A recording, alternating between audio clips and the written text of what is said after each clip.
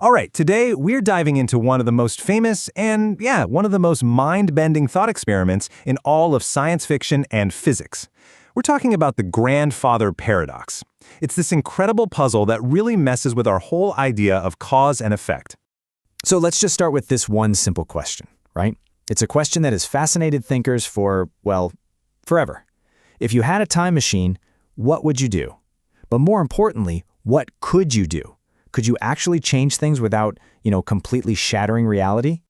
To really wrap our heads around this, we got to set up the classic thought experiment. So imagine you were given a mission. It's a time travel mission, and it's a very specific, and let's be honest, a very personal one. Here it is. Your objective is to go back in time and stop your grandfather from ever meeting your grandmother.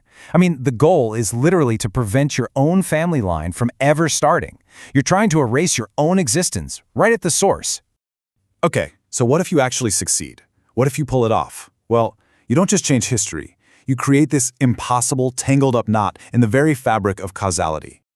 Let's just walk through the logic here, because it creates this perfect, maddening loop. Okay, step 1. You travel to the past, easy enough. Step 2. You succeed in your mission. Your grandfather never meets your grandmother.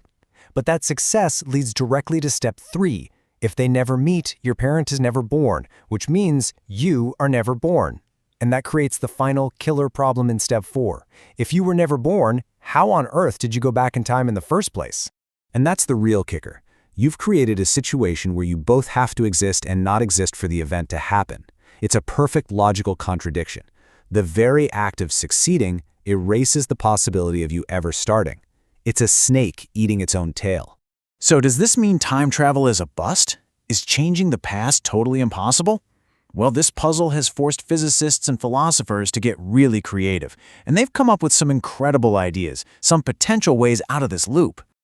All right, so let's check out the first major idea. It's probably the simplest solution, though maybe a little disappointing if you were hoping to go back and fix things. This theory basically says the past is set in stone. It's unbreakable. It's known as the self-consistency principle, and it pretty much says that the laws of physics themselves will prevent you from creating a paradox. Any action you take in the past was always part of the past. You can't just show up and introduce something new that would break the timeline. It won't let you. And this quote just nails it. You can't change the past, you can only become a part of it. So let's say you go back to stop your grandfather. Maybe you slip on a banana peel on the way to meet him. Or maybe, and this is a fun one, maybe your very attempt to interfere is what causes him to meet your grandmother. In this view, you're not rewriting history, you are fulfilling it. You were always there. But what if the past isn't some single solid road? What if your actions could actually create something new? This leads us to a much wilder and frankly, way more interesting idea.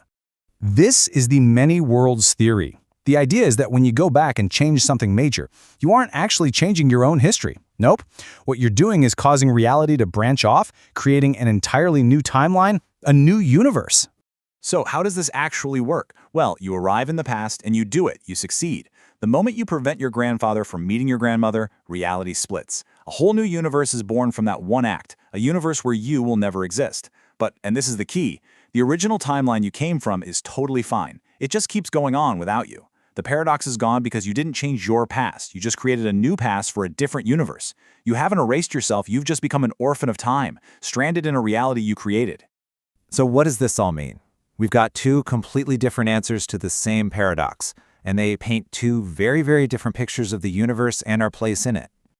On the one hand, you have the consistency principle, where time is basically a single solid road.